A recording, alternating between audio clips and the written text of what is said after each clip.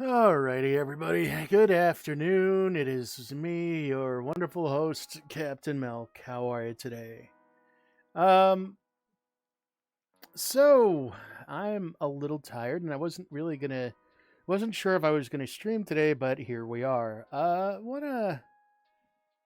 As I was dealing with some family issues this morning, um, I noticed my phone started blowing up around like noon Eastern time today with some things going on. And I just took a little bit of time to kind of catch up and fully read into a little bit about what's going on. And wanted to just chat a little bit about the Twitch stuff. And yeah, I think it's overall, all right. So before we go any further, let me just reiterate that Twitch is still a corporation, okay? It is a corporation. It is a business. It is in the business of making money. And just to just reiterate the facts here, Twitch is suffering from a problem of its own making, which is something that a lot of people haven't really touched on. This is a problem that Twitch caused because it was short-sighted, because the management at the time was short-sighted, or people who were in positions to make policy or enforce policy uh, did not uh, take action when they should have, and drove the big sponsors, the big ad buyers, the big money away. So, for instance, if I go to YouTube, all right, and I watch a YouTube video, there's a good chance I'm going to see an ad like I would find on regular television, on broadcast television. So I will find some ads that companies have spent a decent amount of money on running on there. And I will find a variety of big brands like Coca-Cola and fast food chains and big stores and a bunch of different places that will advertise on YouTube as well. Now, I don't see these on Twitch anymore, and they did used to be there way back in even 4 or 5 years ago. They used to be there. Probably closer to 6 or 7, if I'm honest, if I'm remembering correctly, because Twitch failed to do. Twitch has always focused on certain creators and put more value on creators and let creators with numbers, I should say, and let them get away with more stuff, and would be very lax in imposing their or upholding their policies and things like that. So once again, I'm gonna say this. So take this. This is a fact. This is not me putting my opinion on there, because my opinion is, hey, if this is what makes you happy to stream, then stream it. It's fine. However, you have people on this site that, once the streamers and hot tubs and the gambling portions of Twitch became to be the places where more views were going, that's when a lot of the, let's say, more family friendly or family oriented companies, or companies that wanted to just be associated with more family oriented programming, in other words, to be able to hit the maximum demographics that they wanted to, pulled out, because they felt they weren't going to be able to do that on Twitch. So Twitch's failure to enforce things, failure to actually hold streamers accountable, because they were afraid that, oh, we're going to lose numbers in the short term, rather than sitting in this situation they are now. They should have taken more stricter actions in the past, and now we're kind of sitting at the the consequences of our action, or in this case, inaction. So that's why Twitch has been barreling down this self-destructive path of how can we make more money? How can we be more in control? And by doing the things that they're doing, they're consistently taking more tools rather than investing in their creators and backing up their creators and relying on the whole thing that makes Twitch a site and a service, which is actually the streamers. And I'm not just talking about a certain type of streamers. It is streamers in general. Whether you're hot tubs and whether you're a hot tub streamer or you're a game streamer or a creative streamer or a travel streamer or somebody that's a VTuber or somebody that's um, creating a persona and putting on, an entertainment show. There's a variety of things that are out there, and creativity is wonderful in all its forms. I'm going to be honest with you.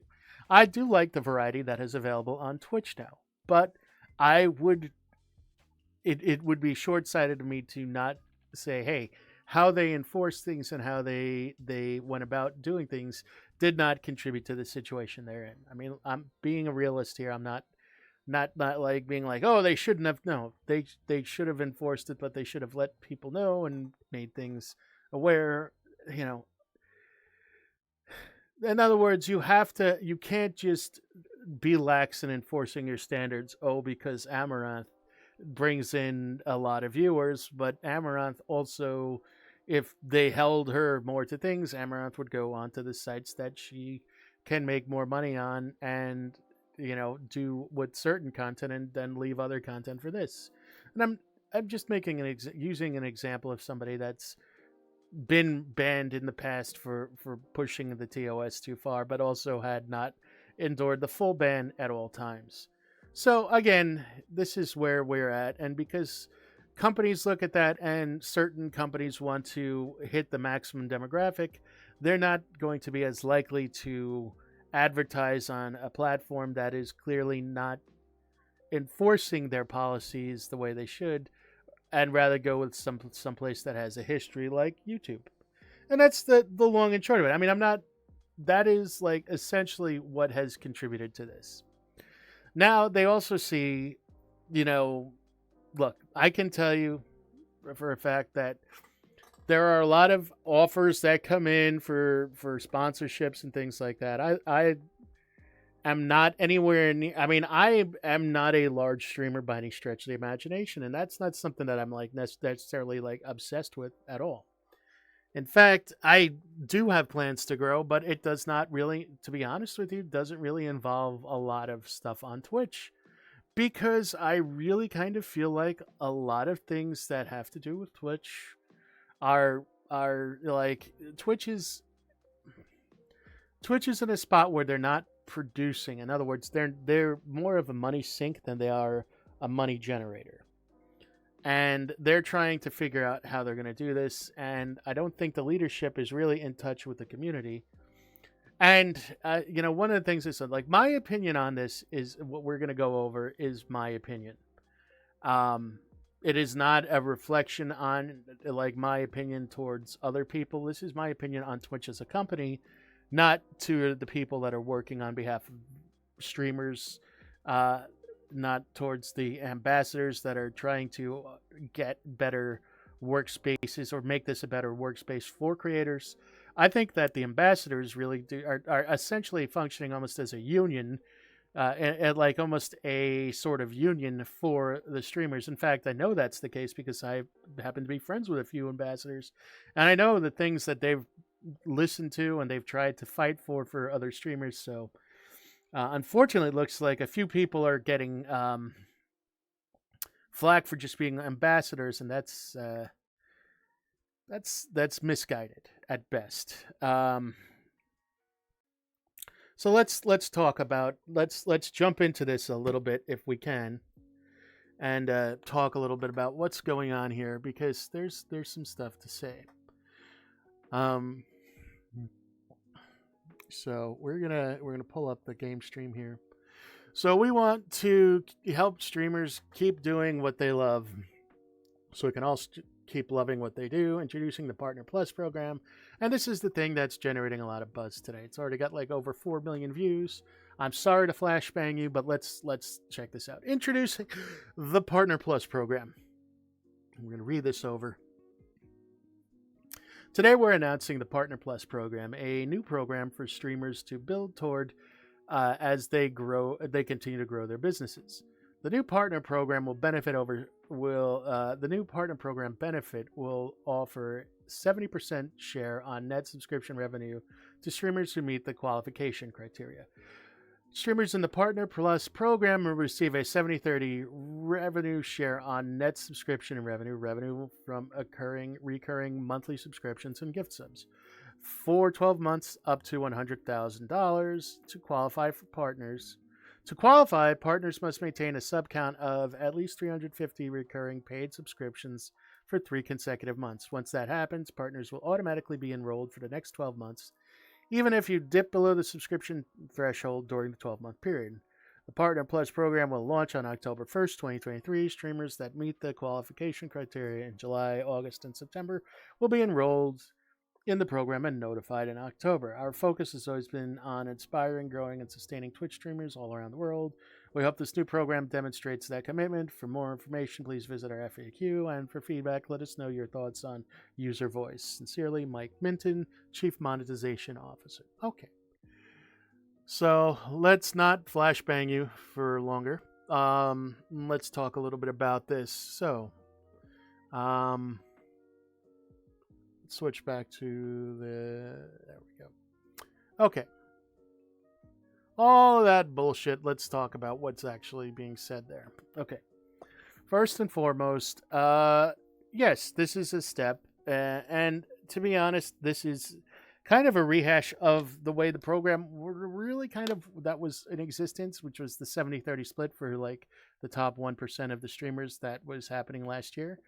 And then was eliminated to 50-50 split, and now is seemingly going back to this 70-30 with the caveat that you have to maintain a base amount of 350 concurrent subscriptions or ongoing subscriptions for 3 months. In other words, that not gifted, not anything else. Now, this is something that was fought for by the ambassadors, and I know a lot of the ambassadors who were able to give feedback were pushing to get the 70-30 split back, and this must be the compromise. This is basically a compromise that Twitch must have given and say like, hey, we'll do this, but this is how it's going to be going forward. And I can see why that would be a deal. Now, do I think that's, again, I think that is hitting a broader spectrum than just the top 1%. I think that you'll find that ultimately, I think the positive of this is that a lot more partners will be able to reach this newer growth point, and they'll be able to make that 350 subs. I think a lot of the partners that this will affect will be able to make that, and will be able to maintain that, and be able to enroll or be enrolled in this program. And I think that's a good thing. I think it'll make it more available and it will be more lucrative for a lot of people. Again, $100,000 a year in subs is a lot. I mean, like, for the people that are saying like, oh, well, this is sure up to $100,000 a year, but then at that point, well, let me put it this way. That still gives you plenty of room before, and even keep in mind that means that up to $100,000 a year, you're golden with the 70-30. After that, I think it goes back to it sounds like it would go back to the 50 split for anything that you make over that 100,000. So it's still, I mean, let's be fair. 100,000 is 100,000. That's more than enough to allow most people to live fairly comfortably, unless you are living above your means. So let's mark this as a good thing. I do think it will make it ultimately more accessible to a lot more partners, rather than it just being something that is available to a lot less. I do think overall, I think this is a step in a direction. However, I also think this is, again, this is something that had to happen. I do think that this is a good step. I don't think it's a bad step. I do think it is. Now, after I read this, I went back to the TOS and I reread things, and they did remove the bullshit that they put into the TOS, at least from what I read. And certainly if somebody sees something that is still in there that looks to be egregious from last week, then please let me know, and I will be happy to record an addendum to this and to add another portion to this. However, what I will say is that It did look like a lot of, now this is going back to the ad revenue split and the branding bullshit that came out last week. I do think that this was that language has been removed, and I read through the TOS again, and I did not see that language in there. So it looks like the thing that they put in last week was now actually removed, rather than saying it was and still being in there like a day or two later. So it looks like they've actually done the work there. However, the issue with simulcasting is still an issue. But I'm going to be honest with you about simulcasting on another platform. I don't really, and this may be a hot take for some, but I really don't have a problem with that. The ability for me to stream, like if I wanted to stream on Twitch, I would stream on Twitch. They're not saying I can't, they're saying I can't stream to, let's say, YouTube at the same exact moment that I'm streaming on Twitch, which is technically the simulcast. However, I can still stream on Twitch and also stream on YouTube as long as I'm not doing it at the same time. Now, to some people, I realize this might be, not what they want, and that's fine. But I do think that largely let me clarify what I mean by this. I don't really have a problem with this, and I think by and large, a lot of people probably don't have a problem with this. Some people might have a problem because it's easier to stream once than to stream at different times on different platforms. But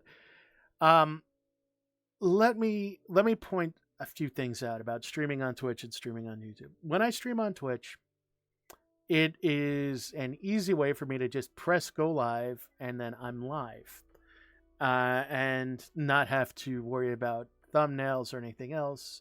The VODs will, if I decide to let them go up, they will go up, and that's how it works. How do I feel about YouTube? Well, YouTube, you do have to have a thumbnail ready before you go live. So there is a bit of production, another step to production that goes live or goes into doing a live stream on YouTube. But now I do want to point this out. YouTube used to have a 1,000 subscriber minimum for obtaining the ability to monetize or become a YouTube partner. That has been reduced to 500, and this is in the wake of the whole Twitch controversy from last week. So they made this move clearly in response to that, to lure more people over to the YouTube platform. As well as they made it so that your shorts need to have a total views of I think it's 3 million views. There's a certain amount of watched hours that you have to have. I don't have this up in front of me right now.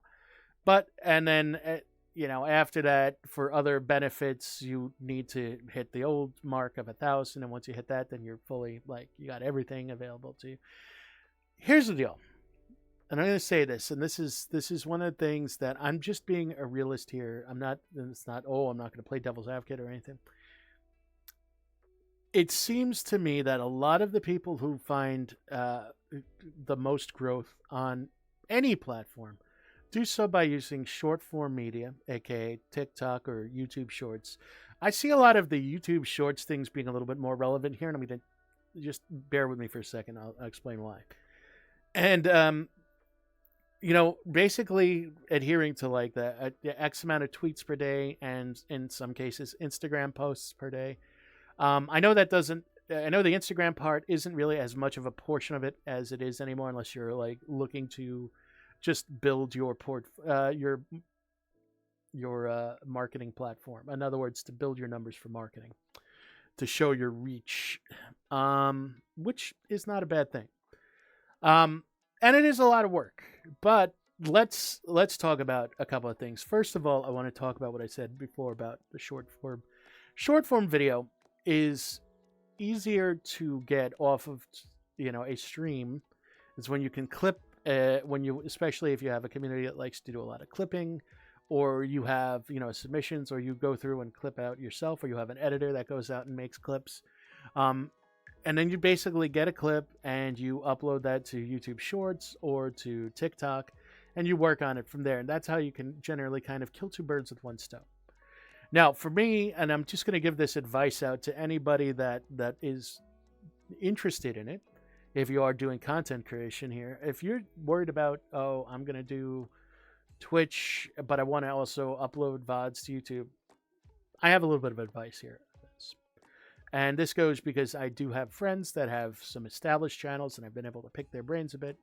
So YouTube's algorithms work basically in this, like based on the content. A lot of streamers, for instance, specifically, I've seen this more in the VTubing category, but I will say this: a lot of streamers will upload their VODs directly to a VOD channel. So they'll have a YouTube VOD channel, which isn't paywalled. I mean, if you're watching on YouTube, ad blocker is a thing. It certainly makes it more easy to. It certainly makes the viewing experience more enjoyable to watch the VOD on YouTube than it is necessary to watch the VOD on Twitch. Second, the other thing that I've noticed is that a lot of the main channels, so for instance, I do have 3 channels on YouTube. I have a VODs channel for Melk VODs. That's actually what it's called, where I will be uploading the full raw the full raw VOD for all the streams that we do, and they will go up and you can watch them on demand. I have the Sherilyn channel, which is, we're going to talk about that after we're done with this, which is where I will be like going through editing out portions of this and uploading the podcast portions or any pre-recorded things I do. And then I have the Veil Craftworks channel, which is going to be for all the, when we do miniature painting or tabletop terrain building or things like game dev and things like that, we'll put that up there. So the reason is each of these will then have certain tags associated with it so that they're optimized for the algorithm on YouTube, and they will get more likely to get recommended based on that. So you don't have a bunch of different, like that one drawer that everybody has in the junk drawer in their kitchen where everything's like there's it's the miscellaneous drawer, and that's what you don't want your channel to just be a bunch of miscellany. You want it to have a theme that's running through it so that it's easier for the algorithm to index and recommend. Again, I may not be the largest streamer in the world, the largest content creator in the world, but I do know and I do pay attention when successful friends of mine talk. And we do have discussions. So, again, this is all just a little bit of food for thought if you're thinking about content creation or if you're currently trying to grow your channels and things like that. Like to give you a little bit of whatever knowledge I can pass on. Now, the other thing I will say is that, sure, I'm fortunate to know some people that are branched out beyond just Twitch and YouTube and TikTok. And here's the thing. If you're somebody that has skills in mini painting or skills in cosplay or skills in things, there are a lot of other options out there for different sites. Only Farmers being one of them, or perhaps obtaining some patrons by establishing a Patreon, or even a Ko-Fi account where you can have galleries or a Ko-Fi shop. Etsy shops for those of you that are, create a lot of things maybe as a hobby, and, there might be an opportunity to add another stream of income into your household. And this is what's important to remember, that you don't want to just put all your eggs in the content creation basket. Part of this is an art form, and I think overall, content creation is a form of art. Specifically, you might not think, playing games is an art form, but I think anytime you play a game and you're or doing something and you're adding your own personality into it, that definitely takes a certain bit of creative talent. And there's a lot that goes into producing a stream. I mean, let's be real. The amount of production it takes just for something simple to go live like this and have a logo up there and have background, edit things in like this. 30 years ago, I'd be able to get a job being a producer or working in a production department on a TV show with what I know now. So let's be realistic about this. A lot of us have a bigger skill base than we really think we do, or than we really give ourselves credit for. And I think that's important to remember. I think a lot of times, especially lately, I see a lot of content creators thinking about like, I'm I feel like I don't belong, and they fall to, as we talked about the other day, that imposter syndrome. And the reality of the situation is, I think a lot of us don't really pay much attention to the fact that we do put a lot of production into our streams or the content that we create on different platforms. We do editing, or we go over the edits with our editing team. I know that there are people out there that literally have a career. Like, think about this. I just want you to point this out for a moment. Okay, you have, like, just looking at the screen right now. I did buy the image for the bar in the background, and you know, off of Etsy, off of somebody on Etsy that created this image, or specifically took a picture of it and then released it for use.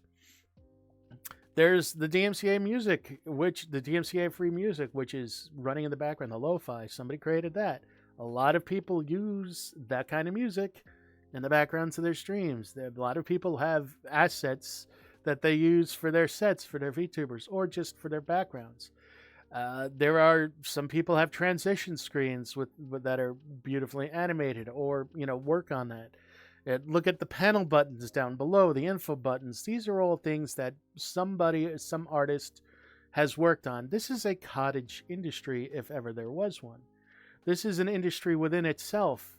Before I go live, I might pay somebody to write music for me, or I might pay an artist to create emotes and things like that. In fact, I use Artwomble. Artwomble created Sherlin, who you see on screen before you. I have really taken a step to say that, like, the artwork that goes into assembling all the elements for your stream and then going live, that does take some know-how, that does take some skills. That is definitely an art form in and of itself. I think a lot of people just don't pay attention to that, or they may take it for granted, but there's a lot that goes into it. Specifically, also, if you're going live as a VTuber, there's a lot of tech and a lot of software that's running just to be able to animate you and bring you to life, bring your character to life. And that's important too. And one of the things that I've seen also, and not just in VTubing, but again, I've been fortunate to see a lot of, like, the whole streaming thing there's a lot of streamers out there that produce their own product lines, their own merch drops that are usually limited, and then some of them have their own albums out there for you to buy, and music, and it's amazing. And I think that streaming really gives a lot of people that would be closet creatives, so to speak. I don't really want to use closet creatives, but like that are maybe too shy and maybe didn't feel like they had the confidence to do that. I think streaming brought that creative side out of a lot of people, where now they're cosplayers, they're artists, they're graphic design artists, or they're singers, or editors now. Some of them even went into filmmaking, and it's a tremendous ability to do that. And I'm not just talking on Twitch, I'm talking just in general, whether you stream here or on another platform. And you're specifically, I think one of the things, again, another thing that I hear a lot of negativity about is, VTubers are all just drama. That's not really true. Let's talk about what VTubing is. Let's talk about the powers of doing even what I'm doing to a lesser extent, because I'm using just more of a static PNG model. But legitimately, let's talk about VTubing and what kind of power that gives. First of all, I've created a character. I'm not broadcasting as the actual, IRL Captain Melk. That gives me the ability to be less shy. There is not as much camera shy or stage fright that goes into this as it did if I was doing an IRL, like a face cam stream. Face cams generally can give somebody who is self-conscious, or maybe doesn't have the same amount of self-esteem. It can definitely add in a layer, or bring them a layer of confidence, and build up that confidence to the point where they might do things like sing, or venture out into different creative avenues. I mean, look at. I mean, I can just tell you that it's so cool to find some musicians that I discovered through Twitch streams that have put out music that I absolutely adore and love, and I think it's or stuff that relaxes me and kind of feeds my soul. Because for me, music is one of those things that just feeds my soul and makes me feel better. Um, and to be able to know that being able to stream like this helps people find that confidence to be able to kind of get into something that they're passionate about and produce new creative works is amazing. And again, I think that that's important. So, with Twitch being the way it is and with YouTube being the way it is, I mean, it's important. Well, with YouTube and Twitch, I think it's important to realize that you should never put all your eggs in one basket. It's just like investing or anything. You want to diversify your portfolio, so to speak.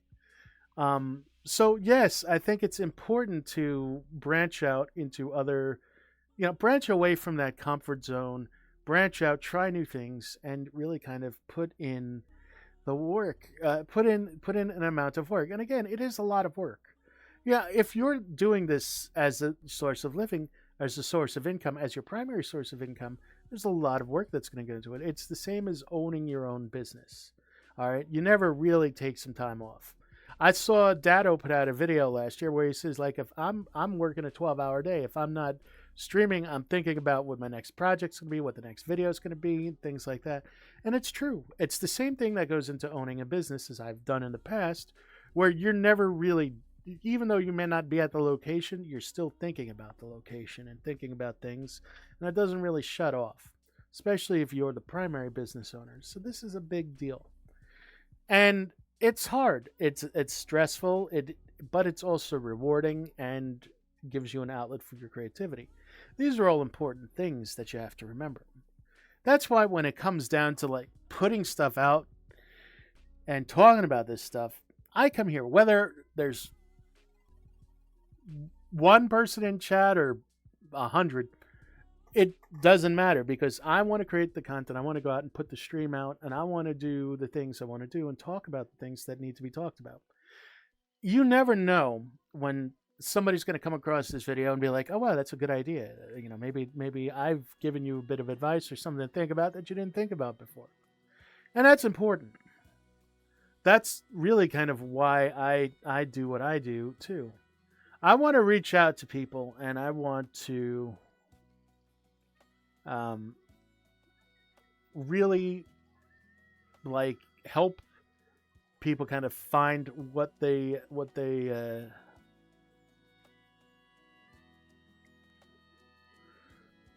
really kind of good at and stuff like that, or find new ways to be creative or something like that, and show them that it's not impossible and that yes, everything does take some time, but anything worth doing, honestly, is worth doing right. Let's be honest. If you're gonna put the time into it, you might as well like legitimately um, if you're gonna try to do something, definitely put the time into it. It's worth the struggle in the end. It's worth the time. So, that's what I have to say. So, let's talk a little bit about follow-up streams. Yesterday was a little bit got a little bit away from myself and just kind of legit just hung in there and played games and did some stuff like that, but on my own off stream. We are going to be back, so we're going to be doing it. This is a short stream today because I just really wanted to cover what was going on and really kind of talk about the thing with Twitch. I think, me putting out reactions on Twitter usually gets the most traction, but I think really I just want to clarify my thoughts on the situation and how I feel. Again, I do think that Twitch is kind of in a zone where it's trying to find itself. I think that it was kind of king of the hill for a while. I do think it is still on an uncertain. It's still in uncertain territory, and I do think that the ground is still shaky. So I wouldn't again, like I said, I don't believe in putting all my eggs in one basket, so to speak. So I will say it. I do hope that I do believe that they're going to try to fix things, because I definitely can't imagine that. I definitely don't have any misconceptions that last week was kind of a wake up call for the people in charge when they made that, and they got the backlash that they got, the amount of backlash that they got, and I'm sure the decrease in the amount of people that are actually engaging on their platform. So let's see where this goes in the future. Now, as for me, and what am I going to talk about preaching, practicing what I preached? Absolutely. I am working on a tabletop game which is in production, and by in production means it is. I am actually revamping a lot of what I've done, but I've kept a lot of what I'd already developed, and I like where it is right now. I like where it's going, and I should be done with it shortly, soon, actually, very soon. As far as it goes with other things that I really want to, I have some ideas and some things I want to do this weekend on. I want to say on Sunday, but I really think it's going to be Saturday. We're going to do a big debut for Sherilyn proper. I will have a different background. We're still going to do this for the talk show, but there will be a different background entirely for the Sherilyn show, and when we do things there. There's also some new links that are going to go out. I will eventually start streaming more on YouTube.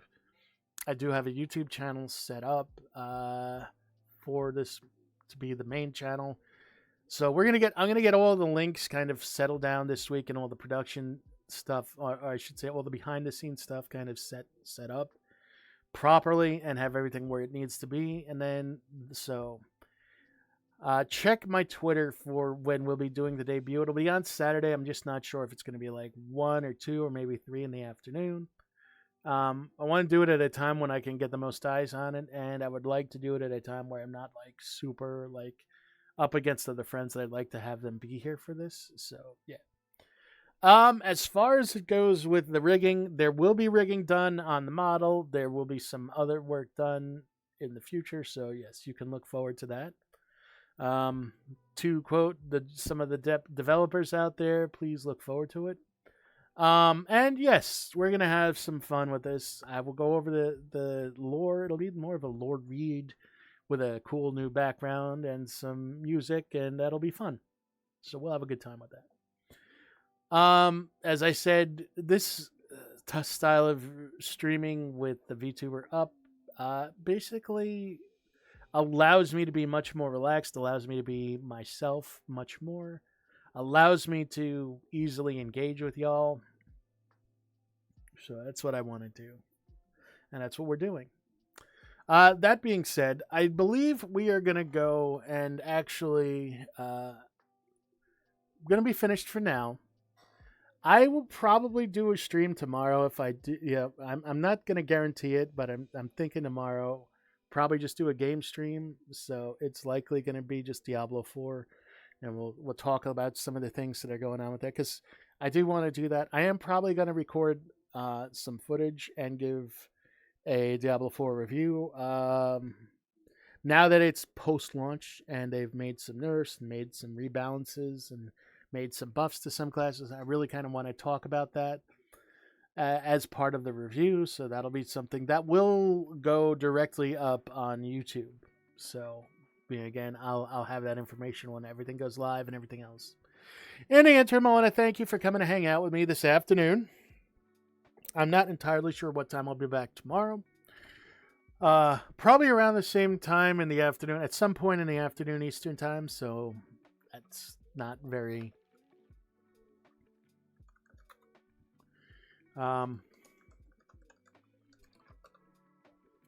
specific, but check up with my Twitter. That's the best place to find out what's going on. That being said, my name is Captain Melk. I'd like to thank you for spending some time with me today.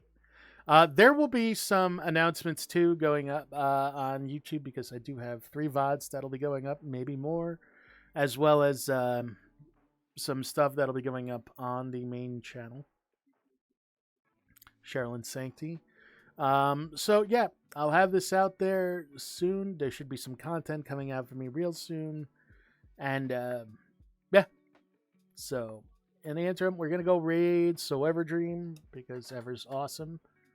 And I will be back, like I said, tomorrow. I hope you are all gonna have a wonderful day and enjoyable weekend if I don't get to see you. But that being said, have a good one.